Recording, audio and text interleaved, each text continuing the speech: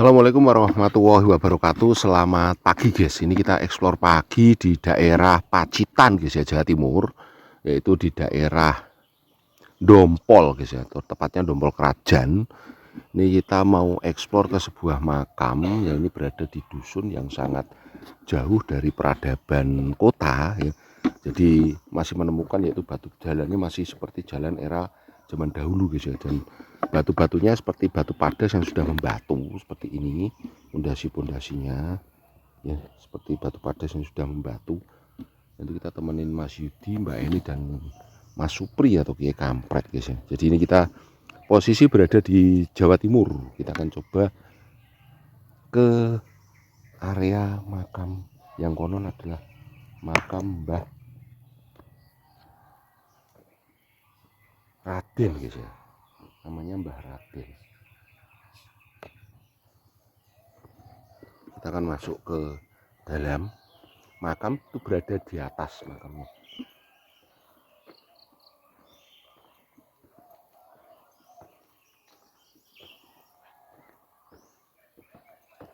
Ini Mas Yudi jauh-jauh dari Semarang menuju Jawa Timur, dan ini lokasi sangat jauh dari tempat penduduk, jauh banget.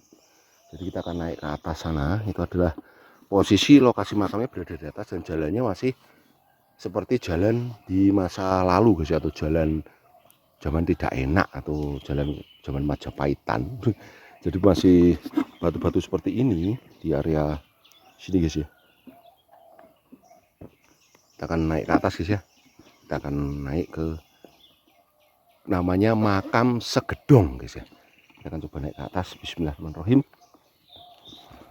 Ya dulu. Ya.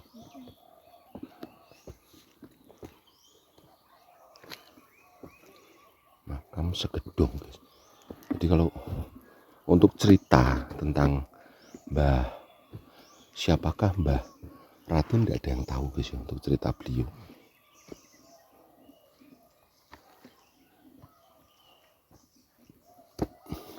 Jadi batunya di sini seperti batu-batu karang atau batu-batu zaman dahulu guys ya.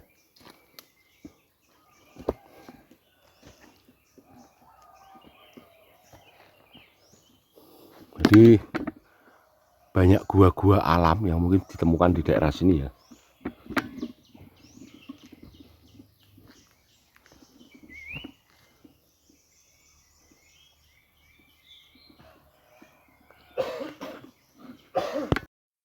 Nah, guys ya, ini kita berjalan naik ke makam yang namanya makam Segedong guys ya. Nggak tahu dikatakan Segedong seperti apa, nanti kita akan coba mencari jejak ceritanya. Terutama yaitu pepundennya atau leluhurnya, atau orang yang mungkin membawa suatu keberkahan di dusun game Dompolan ini sendiri guys ya.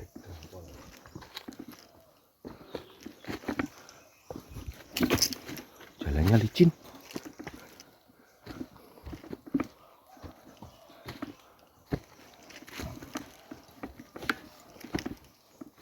Nah ini lokasi makam Segedong. Jadi makamnya berada di ketinggian ya.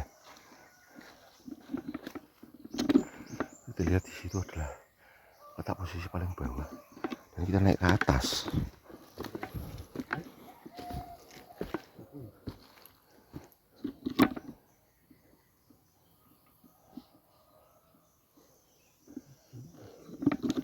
Oke loh, makam Mbah Raden. Kayak itu. Ini guys ya. Itu. Nah, ini kita sampai di lokasi makam Segedong.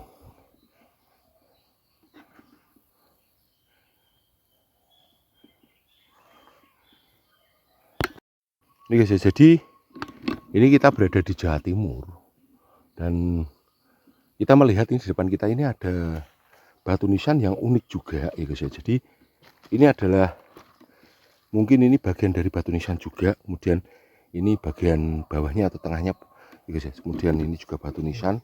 Kalau di sini namanya giring, batu giring ya kalau di sini. Ya ini guys, kita lihat ini.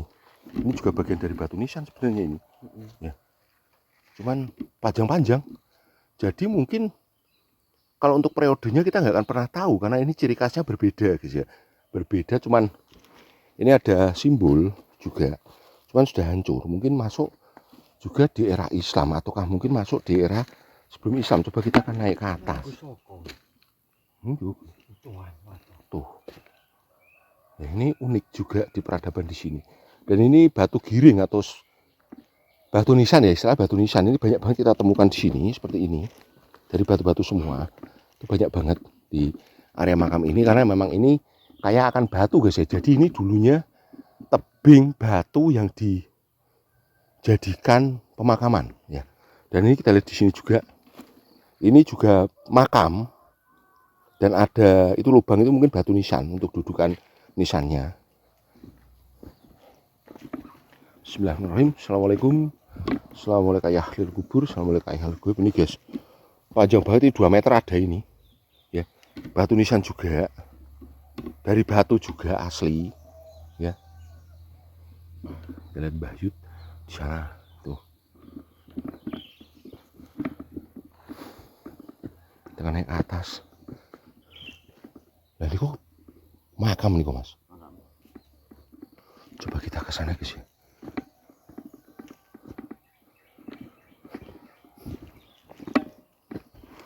Ini makam pundennya apa pundennya katanya seperti itu, cuman saya juga belum tahu. Oh ini kan jadi gantos gini gimana wih? Ini namanya Mbah Raden konon seperti itu guys. Jadi batu nisannya ditaruh di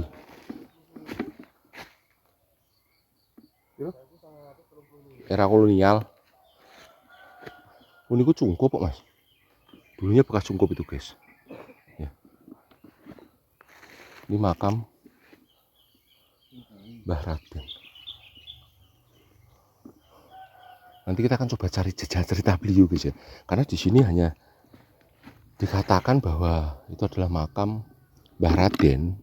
Jadi mungkin beliau syiar dan lain sebagainya, kurang paham juga. Cuman kita akan coba mencari jejak ceritanya. Semua itu atas petunjuk Allah Subhanahu wa taala dan seizin Allah Subhanahu wa taala guys. Jadi kita tidak berani mengungkap cerita kalau memang tidak diperkenalkan seperti itu. Ini adalah makam Mbah Raden yang sudah dibangun. Jadi ini sebenarnya dibelikan orang katanya, cuman belum sempat digantikan. Dan cukupnya unik guys, di sini cukupnya pendek-pendek atau mini-mini guys ya, atau kecil-kecil cukupnya. Jadi kita akan coba mencari jejak cerita dari Mbah Raden seperti apa. Ini guys ya, jadi ini adalah makam dari Mbah Raden yang konon menurut cerita dan berbagai versi yang ada, beliau adalah seorang musafir konon seperti itu yang merupakan pesiar Islam guys ya. Jadi pesiar Islam tidak tahu tahunnya berapa, cuman mungkin eranya juga sangat jauh, mungkin di era kerajaan Islam atau mungkin Mataram pada khususnya guys ya. Tapi ada cerita sedikit juga katanya beliau adalah masih nurunkan yaitu Ronggo Warsito konon seperti itu guys ya. Jadi kalau Ronggo Warsito berarti masih turunan dari Pangeran Benowo seperti itu guys ya. Jadi cuman tidak diketahui untuk detail cerita karena ternyata katanya masih simpang siur, dan di sini pun ada nama Mbah Raden itu ada di beberapa tempat ya, khususnya di wilayah Jawa Timur. Ini Kabupaten Jawa Timur, Kabupaten Pacitan, maksudnya Desa Dompolan ya, Desa Dompolan. Dan di sini termasuk desa terpencil guys ya, karena jauh dari pusat kota. Cuman untuk kemakmuran peradabannya sekarang sudah bagus guys ya, karena dengan kemajuan teknologi juga di sini sudah bisa mengakses internet dan lain sebagainya. Cuman untuk sinyal memang agak kesusahan untuk berada di dusun Dompolan ini karena berada di lembah guys. Jadi di antara gunung, dan di sini kayak akan bebatuan padas yang telah membaku berjuta-juta tahun yang lalu. Termasuk gua-gua alam itu banyak banget di daerah sini guys ya, yaitu daerah Dompolan ini sendiri. Dan Dompolan ini di sini ada Dompolan Kerajaan. Jadi ada 2 tempat yang tadi kita baru mulai itu. Ada tempat namanya dulunya katanya konon ada sumur kawak di situ, dan kita akan coba mengungkap cerita sejarah tentang siapakah Mbah Raden. Semua itu wawalam biswab, tidak untuk dibenarkan, tidak untuk diyakini, tapi sebagai acuan dan rekomendasi saja guys ya. Jadi kebenarannya hak bukan milik kita semua. Jadi tetap milik Tuhan Yang Maha Esa, Sang Yang Widi Wasa, Allah Subhanahu wa taala guys ya. Jadi kita akan coba mencari jejak ceritanya siapakah Mbah Raden ini sendiri ya guys ya. A'udzubillahi minasyaitonirrajim. Bismillahirrahmanirrahim. Assalamualaikum ya ahlil kubur, assalamualaikum ya ahlil ghaib. Assalamualaikum warahmatullahi wasallam ala sayyidina Muhammadin nabi ummi wa rasuli. Bismillahirrahmanirrahim. Bismillahirrahmanirrahim.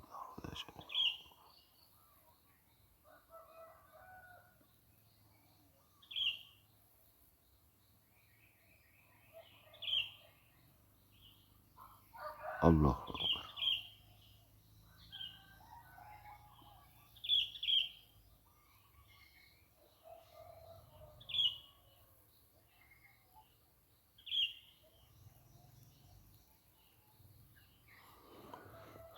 Bismillahirrahmanirrahim. Jadi ini kita akan coba mencari jejak cerita dari Mbah Raden guys ya. Jadi dikatakan Mbah Raden itu seperti apa juga tidak diketahui, sosok figurnya seperti apa juga tidak diketahui, juga ceritanya seperti apa juga tidak ada yang mengetahui guys ya.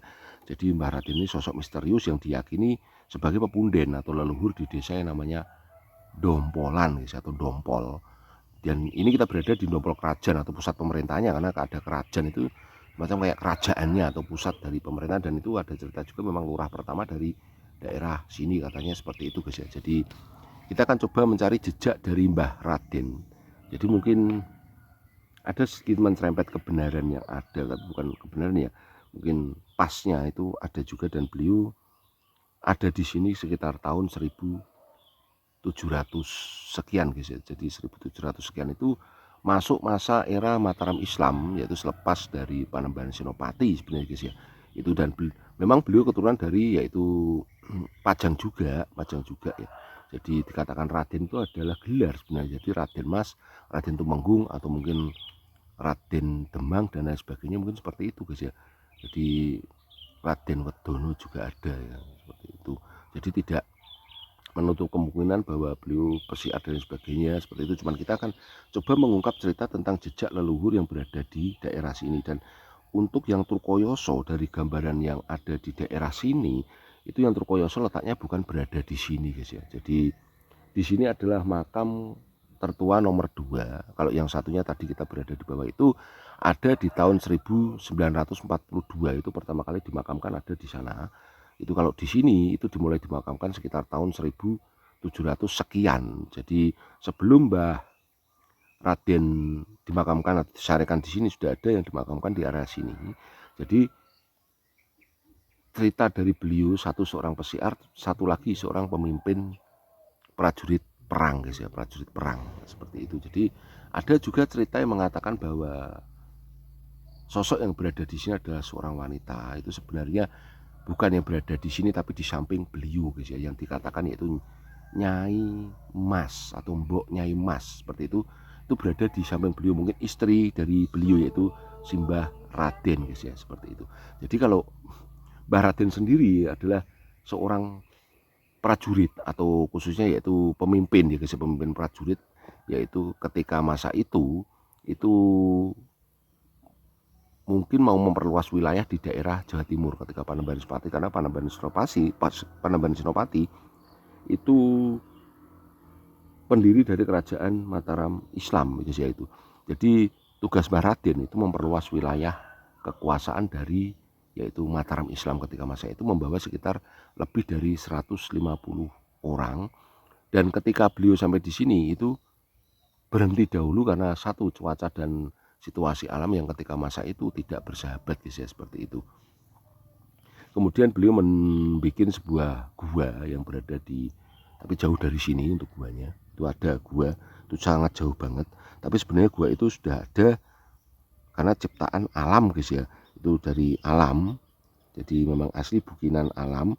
Itu beliau di gua itu dengan beberapa pasukan yang ketika itu sangat banyak guys, mungkin lebih dari beberapa ratus ya pasukan yang ada ketika itu. Jadi Mbah Raden sendiri itu dulunya seorang Tumenggung, itu di wilayah yaitu sekitar Kalioso, mungkin sekitar daerah perbatasan dengan Wonogiri guys, seperti itu Tumenggung di daerah situ. Jadi beliau mendapat tugas untuk yaitu memperluas wilayah kekuasaan di daerah yang namanya itu Mataram Islam guys ya, seperti itu.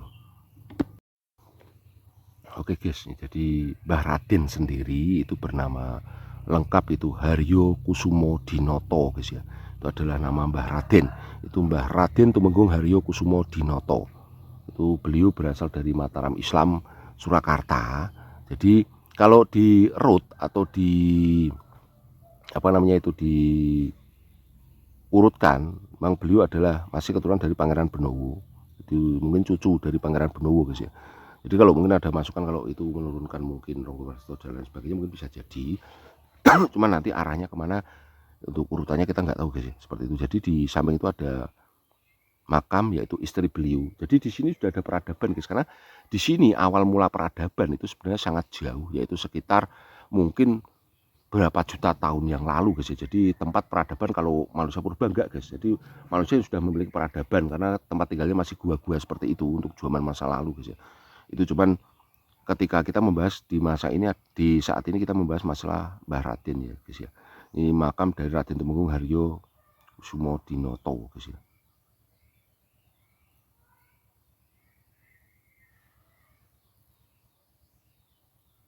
Jadi disebut Mbah Raden itu karena satu gelar beliau, dan beliau kenapa memilih tinggal di sini guys, karena di saat itu di sini masih belum adanya peradaban, yaitu peradaban tentang pengenalan Tuhan atau tauhid guys, itu belum ada. Jadi di wilayah sini masih menyembah yaitu seperti apa yang leluhur mereka dulu sembah di daerah dusun sini. Cuman ketika masa Mbah Haryo atau Mbah Raden, Mbah Haryo Kusumo Dinoto atau Mbah Raden itu, beliau sedikit-sedikit memperkenalkan masalah tauhid ya, sambil beliau juga mengajari cara yaitu membuat sebuah pondasi. Karena zaman dahulu guys itu rumah-rumahnya itu tidak rumah yang dibikin seperti sekarang, tapi mboboi gunung atau mboboi tebing untuk rumah ketika masa itu. Karena satu, untuk perlindungan terhadap hewan liar itu mungkin lebih aman guys ya, karena batu yang hanya ditutup dengan yaitu semacam kayak kayu, jadi lebih aman.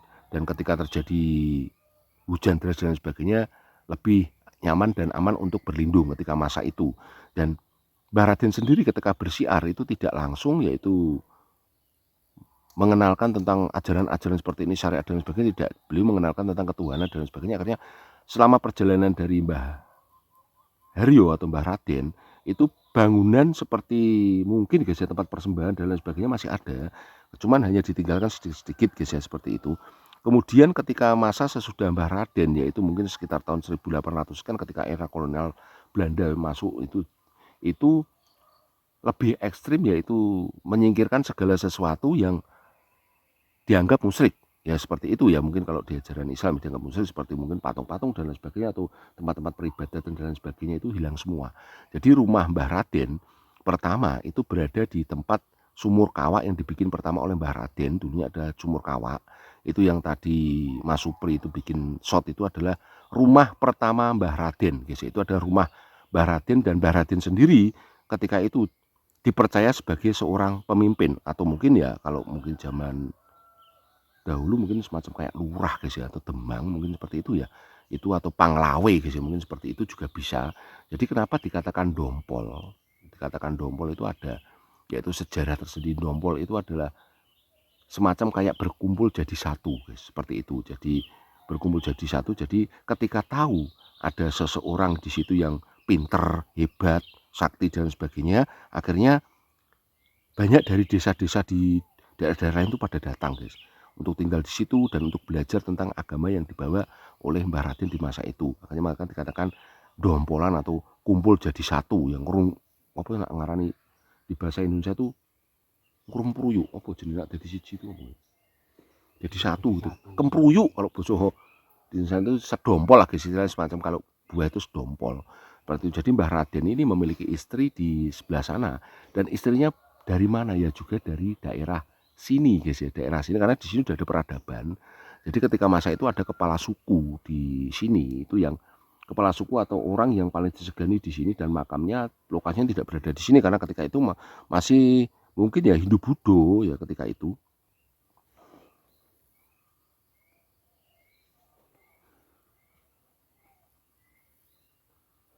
itu bernama yaitu Mbah Suro Agul-Agul guys. Itu adalah nama dari pemimpin yang pertama kali itu memimpin di dusun sini, atau zaman sebelum adanya Islam, era Islam masuk, itu Mbah Suro Agul-Agul. Jadi untuk lokasinya beliau sangat jauh dari lokasi sini guys, sangat jauh. Jadi berada di bawah dan mau masuk ke yaitu ke kampung sini. Mungkin seperti yang tadi malam kita kesini itu kita lewati guys ya. Itu adalah perkampungan lama yaitu Mbah Suro Agul-Agul.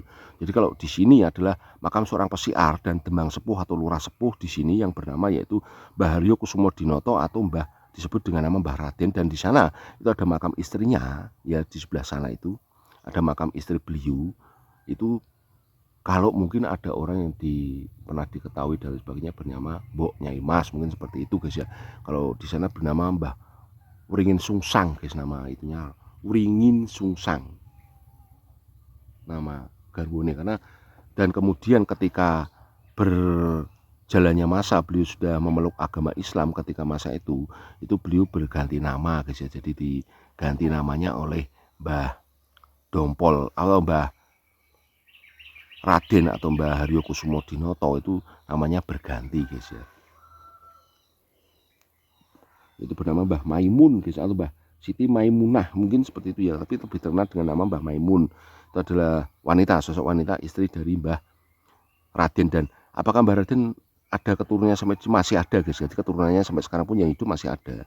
Itu adalah kisah sedikit dari Mbah Raden guys ya, seorang pemimpin pasukan perang yang kemudian memilih menetap di sini dan menyerahkan kepemimpinan terhadap mungkin prajurit yang ditunjuk untuk melanjutkan perjalanan guys, yaitu ke arah Jawa Timur termasuk Pacitan, kemudian ke daerah sana lagi guys, mungkin Madiun dan lain sebagainya, untuk ditaklukkan menjadi wilayah yaitu Mataram Islam. Cuman tidak semua, jadi Surabaya tidak bisa ditaklukkan guys, hanya bisa di otonomi atau di istilahnya dibatasi tentang perdagangan dan lain sebagainya, cuman tidak bisa ditaklukkan secara menyeluruh itu wilayah Surabaya. Kalau wilayah pinggir-pinggiran seperti perbatasan-perbatasan masih bisa ditaklukkan oleh Mataram Islam ketika masa itu guys ya. Dan itu adalah sedikit cerita tentang kisah leluhur dan sejarah leluhur di Dusun Dompol, Pacitan, Jawa Timur guys ya.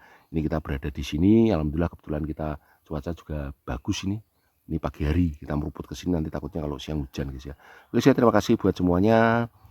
Tetap jaga kesehatan selalu, lindungi keluarga, selalu berdoa pada Allah Subhanahu wa taala, Tuhan Yang Maha Esa, Sang Hyang Widi Wasa, semoga senantiasa dilimpahkan rezeki, rahmat juga hidayah serta kesuksesan bagi kita semua, itu dunia dan akhirat guys ya. Saya terima kasih buat semuanya. Wassalamualaikum warahmatullahi wabarakatuh. Rahayu Wilujeng Enjing, salam budaya, salam kebajikan buat semuanya.